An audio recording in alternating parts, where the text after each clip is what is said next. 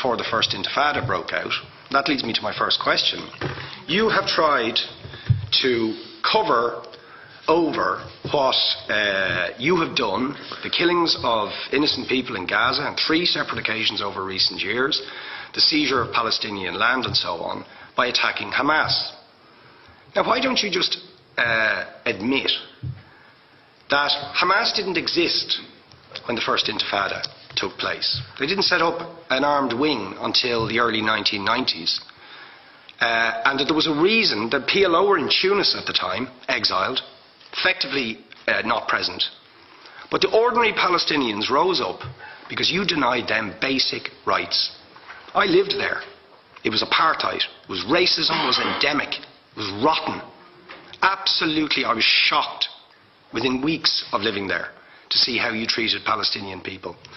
And isn't it the fact, before rotten, absolutely, I was shocked within weeks of living there to see how you treated Palestinian people. And isn't it the fact that the law of return, which is the basic law of the Israeli state, is a racist apartheid law because it confers rights on Jews that it denies to Palestinians. It allows, for example, if I was Jewish and had never stepped foot in Israel, I could claim citizenship there tomorrow, but 6 million people whose origins are in what you now call Israel, who were forced out in 1947 or 48, do not have that right. Isn't that part of the reason why the Palestinians are in dispute with Israelis? Because you deny them the right to return to their homes and to their land and to their villages, and that they have a legitimate claim, even under international law, to return, but you deny them that right. Why do you deny them that right? And why do you give that right to other people who have no claim, even under international law, to return, but you deny them that right? Why do you deny them that right? And why do you give that right to other people who have no connection whatsoever with the land, whether you call it Israel or whether you call it Palestine? Why do you continue to seize land, if you're serious about Oslo and the two-state solution? Why do you continue to seize land, which under that agreement is land designated to be Palestinian land? 500,000 people, most of which has taken place since Oslo. You allow that to happen.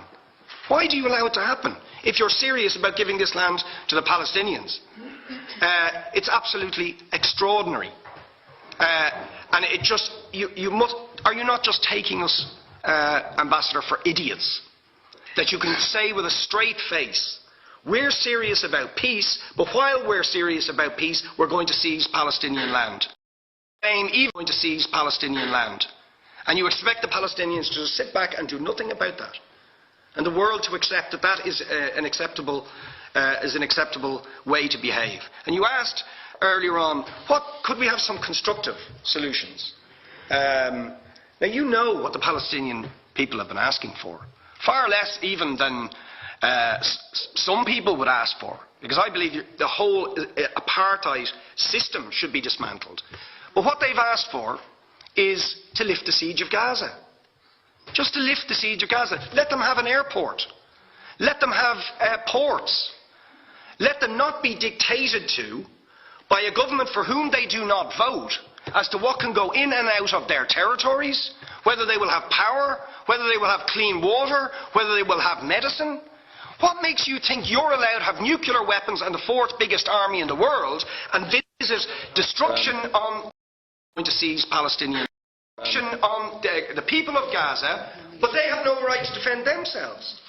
They have no territorial sovereignty over that land. Would you ask questions, please? How do you justify that? Yeah. All right. How do you justify those double standards? And very lastly, Ambassador,